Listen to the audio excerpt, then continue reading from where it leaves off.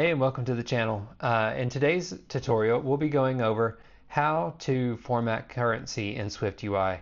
This is extremely simple and will allow you to move really fast when building your apps. Let's get started. All right, so we'll open up a new Xcode project and we will call this currency formatter. Looks like I was already working on getting this thing set up. We'll just call ours currency formatter 2 just because we've already got that sample code there. All right. And so what we want to do is we want to create a state variable that holds some amount. And now we don't want to use a double here like Apple is suggesting. We want to use a decimal type. Now the reason for using decimal over double is because decimal gives us more precision, which is extremely important whenever we want to deal with currency. We want to be extremely precise and not have rounding errors. Rounding errors, especially in something as important as currency, could be extremely detrimental to your app. All right, so let's just jump right in. So now that we've got that currency, we can go ahead and say that we want to display our text amount. And as we've seen in other videos, it doesn't like whenever you throw a number into the text unless you give it a format. And in this time, the format that we want to use is the currency format with a code for United States dollar. And so that's what that USD stands for there. Now, I know that because I've done this in the past and I've used this several times. However, this is not the best option if what you're trying to do is for more than one country.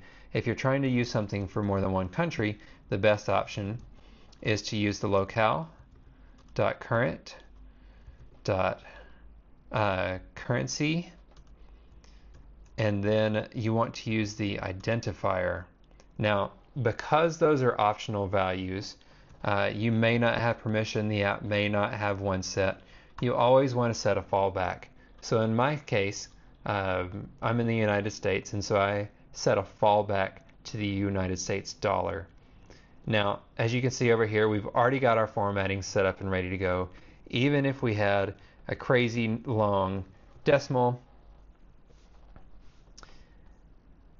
it still automatically knows what to do based on the various rounding. And because we've got it formatted for United States dollar, it automatically goes ahead and gives us that dollar symbol there. If, for example, we wanted something different, let's go ahead and get this out of the way just for testing purposes.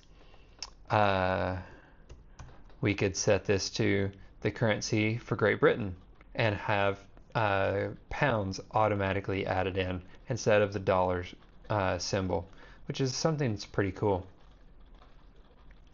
And this does not just work for displaying text, it also works for input. So if we had a text field here and our text for the field is amount, and we want to use the value initializer, and we can say that that is the amount. Whoops. That takes a binding there. There we go. And now the same thing here. We could pass currency and we could automatically set that to the correct thing here. Let's go back to USD just to make everything match.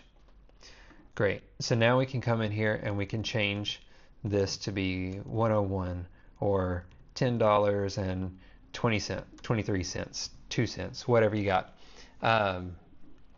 So that's displaying the text and also accepting currency as input. Now this not only works for the US dollar and the Great British Pound, it works for several other scenarios as well. Even some what I would call smaller countries. So looking up the currency code, there are tons of different currency codes that you can find. An interesting one that I found was AZN. I'm not sure what that is, but uh, it it knows what that is and how to display that in the proper currency format. All right, and if you got any value out of this video, please feel free to subscribe, like, share, and leave a comment. Just be nice about it is all I ask. Thanks. Have a great day. Bye.